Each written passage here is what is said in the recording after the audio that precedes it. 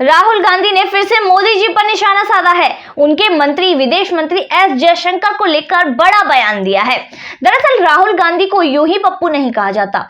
जो ये भारत जोड़ो यात्रा के दौरान उनको पैम्पर करने की कोशिश की जा रही थी ना, वो सब नाकामयाब हो गई। राहुल गांधी को पप्पू क्यों कहा जाता है? क्योंकि उनके जो ज्ञान का भंडार खुलता है ना, उसके बाद उनकी गहराई ज्ञान में कितनी है वो समझ आ जाती है लोगों को, जिसके बाद उन्हें लोगों ने पप्पू बुलाना शुरू कर दिया। अब राहुल गांधी, जिन्हें जो कांग्रेस जनता है बार बार ब्रीफ करने की कोशिश करती है, जिसके बाद उन्हें समझाया जाता है कि आपको जनता के सामने ये बोलना है, और वो उसी तरीके से जनता के सामने रख देते हैं, जिसके बाद वो हंसी का पात्र बन जाते हैं। लोग उनका मजाक उड़ाने लगते हैं। अब भैया खुद मजाक उड़वाओगे तो मजाक तो उड़ेगा ही। वहीं दूसरी तरफ एस जयशंकर को लेकर उन्होंने कहा कि एस जयशंकर को विदेश नीति के बारे में कुछ भी नहीं पता है, उन्हें थोड़ा और सीखना चाहिए, पढ़ना चाहिए। तो इस पर एस जयशंकर ने भी प्रतिक्रिया की और एस जयशंकर ने करारा जवाब दिया कि अगर राहुल गांधी को मुझसे ज्यादा पता है ना विदेश नीति के बारे में, तो मैं जरूर राहुल गांधी को सुनना चाहूंगी। और एक और फेमस डायलॉग राहुल गांधी का कि भैया मोदी जी को चीन से डर लगता है। अगर मोदी जी को चीन से डर लगता ना, तो मोदी जी आज जितनी बड़ी संख्या में LAC के ऊपर जो भारत चीनी सीमा है, वहां पर जितनी बड़ी संख्या में सेना है ना, वो वहां पर नहीं होती। जो इंफ्रास्ट्रक्चर का काम वहां पर चल रहा है, सड़कें, पुल, सुरंगें बनाई जा रही हैं, बड़ी संख्या में वहां पर जो पहले जो खर्च हुआ करता था उसका 5 गुना बढ़ गया है, वो नहीं होता अगर मोदी जी को डर लगता तो। अब भैया कह सकते हैं कि राहुल चीनी भाई राहुल गांधी को शायद ज्यादा जानकारी हो चीनियों के बारे में, चीन के बारे में, क्योंकि लगातार चीन से इनके संबंध सामने आते रहते हैं। डोकलाम का विवाद छिड़ रहा था, पर राहुल गांधी जी चीन के एम्बेसडर से मिल रहे थे। कैलाश मानसरोवर पर जब शिव भक्त बनकर राहुल गांधी जी गए, वहां पर भी चीन के बड़े बड़े अधिकारियों से मुलाकात की। दूसरी तरफ मनमोहन सिंह जब सरकार थी, तब भी राहुल गांधी और उनकी माता श्री ने चीन में कम्युनिस्ट पार्टी के साथ NOE पर साइन किया था।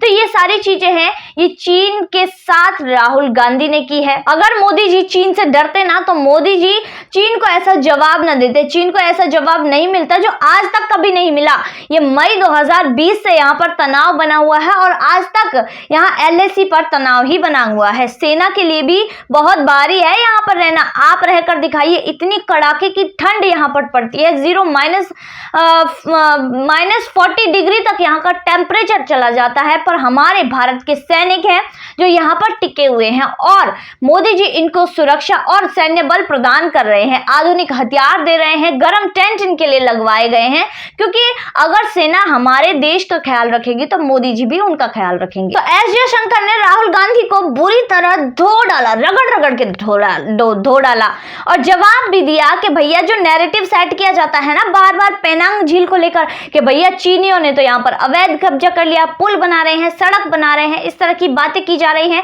तो ये आधी सच्चाई क्यों बताते हैं? आधी सच्चाई क्यों बताते हैं, पूरी सच्चाई क्यों नहीं बताते? क्योंकि डर है कि भैया जनता के सामने हमारी थू ना हो जाए, खिल्ली ना उड़ जाए। आपको बता दूं 1962 में नेहरू सरकार के दौरान यहाँ पर कब्जा किया गया था इन लोगों के द्वारा, यानी कि चीनियों के द्वारा। 1958 में ये आए थे और 1962 में इन्होंने यहाँ पर कब्जा कर लिया था।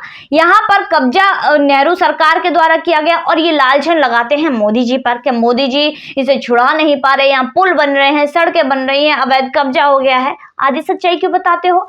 वहीं दूसरी तरफ इतनी 1962 में जो कब्जा हुआ था वो नेहरू जी, इंदिरा गांधी, राजीव गांधी, इनके द्वारा क्यों नहीं छुड़ा लिया गया? इनकी जब सरकार थी, क्योंकि अपने परिवार पे तो आप आओगे नहीं, बस टारगेट करोगे मोदी जी को कि नरेंद्र मोदी जी ऐसा नहीं कर रहे हैं।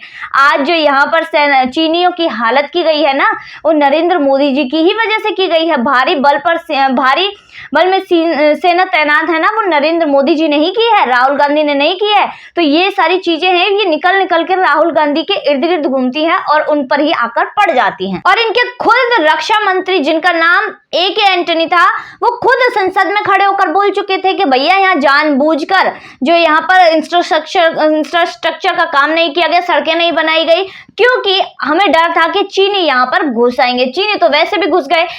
यही तो बात है, इनकी कोई तैयारी तैयारी ही नहीं थी कि भैया चीन ने अगर हमला कर दिया तो इन्हें कैसे रोका जाएगा, कोई हथियार नहीं, कोई सैन्य बल नहीं, कुछ भी यहाँ पर तैयारी नहीं की गई थी और बड़े पैमाने पर ये जो जमीन है भारत की वो चीन के हवाले में चली गई। वहीं दूसरी तरफ जहां ये जयशंकर की नीतियों के बारे में और चीन के बारे में जानकारी के ऊपर सवाल उठाते हैं, तो आपको बता दूं एस जयशंकर पहले वो नागरिक हैं जिनके खाते में एक रिकॉर्ड है सबसे ज्यादा लंबे समय तक चीन में राजदूत रहने का। तो उन्हें चीन के बारे में क्या कुछ नहीं पता होगा? राहुल गांधी से ज्यादा तो जानकारी चीन के बारे में एस जयशंकर को होगी। तो ये सारी चीजें हैं, राहुल गांधी कभी भी सोचकर बोलते नहीं है और पप्पू की कैटेगरी में रख दिए जाते हैं। राहुल गांधी की नजरों में तो चीन से जो विवाद चल रहा है वो मोदी सरकार आई है 2014 में, उसके बाद ही चल रहा है, उससे पहले कुछ नहीं चला था। पेनांग झील पर भी उनकी नजरों में अभी कब्जा हुआ है, जबकि सच्चाई यह है कि 1962 में पेनांग झील पर चीन का कब्जा हो गया था।